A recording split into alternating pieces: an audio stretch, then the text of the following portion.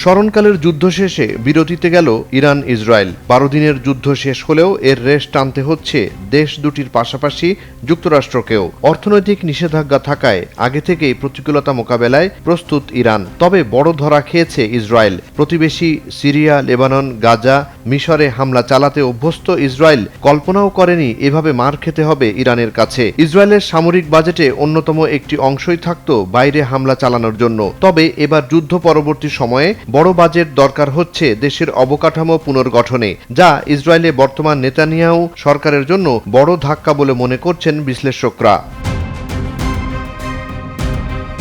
12 দিনের যুদ্ধে ইরানের হামলায় ইসরায়েলের ক্ষয়ক্ষতি প্রকাশে কঠোর নিষেধাজ্ঞা ছিল গণমাধ্যম কর্মী এবং ইসরায়েলি গণমাধ্যমগুলোতে। তাই যুদ্ধ চলাকালে অতটা প্রকাশ পায়নি ইসরায়েলের ক্ষয়ক্ষতি। যুদ্ধবিরতির পর পুনর্গঠন কাজ এবং যুদ্ধবিধ্বস্ত অবস্থা মূল্যায়নে দেখা যায় ইসরায়েলের 1/3 স্থাপনা ধ্বংসের শিকার হয়েছে ইরানের হামলায়।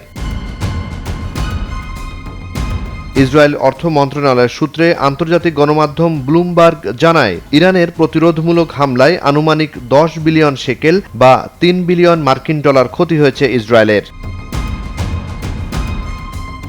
অপারেশন ট্রু প্রমিস 3 চলাকালে ইরানের একের পর এক ক্ষেপণাস্ত্র ও ড্রোন হামলায় পর্যুদস্ত ইসরায়েলিরা প্রধানমন্ত্রী বেনিয়ামিন নেতানিয়াহুর কাছে ক্ষতিপূরণ চেয়ে প্রায় 39,000 আবেদন জমা দেন। তুরস্কের রাষ্ট্রীয় বার্তা সংস্থা আনাদোলু জানায়, ইরানি হামলায় ক্ষতিগ্রস্তদের জন্য একটি ক্ষতিপূরণ তহবিল গঠন করেছে ইসরায়েল কর কর্তৃপক্ষ।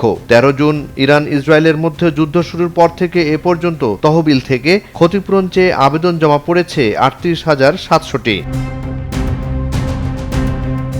ইরানের ক্ষেপণাস্ত্রের আঘাতে ঘর বাড়ি ভবন ক্ষতিগ্রস্ত হওয়ায় ক্ষতিপূরণ চেয়ে আবেদন জমা পড়েছে 30,809টি। এছাড়া 3,713টি আবেদন জমা পড়েছে যানবাহনের ক্ষতিপূরণ চেয়ে। যন্ত্রপাতি এবং অন্যান্য জিনিস ক্ষতিগ্রস্ত হওয়ার কারণে ক্ষতিপূরণ চেয়ে আবেদন জমা পড়েছে 4,085টি।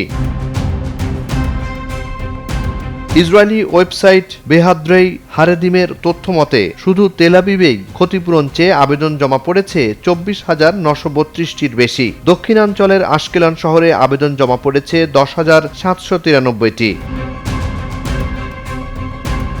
তবে ইসরায়েল সরকারের পক্ষ থেকে ক্ষতিগ্রস্ত ইসরায়েলিদের জন্য কী পরিমাণ ক্ষতিপূরণ দেয়া হবে তা এখনও স্পষ্ট করেনি সংশ্লিষ্ট কর্তৃপক্ষ। জুনায়েদ আলী সাকি, বৈশাখী সংবাদ।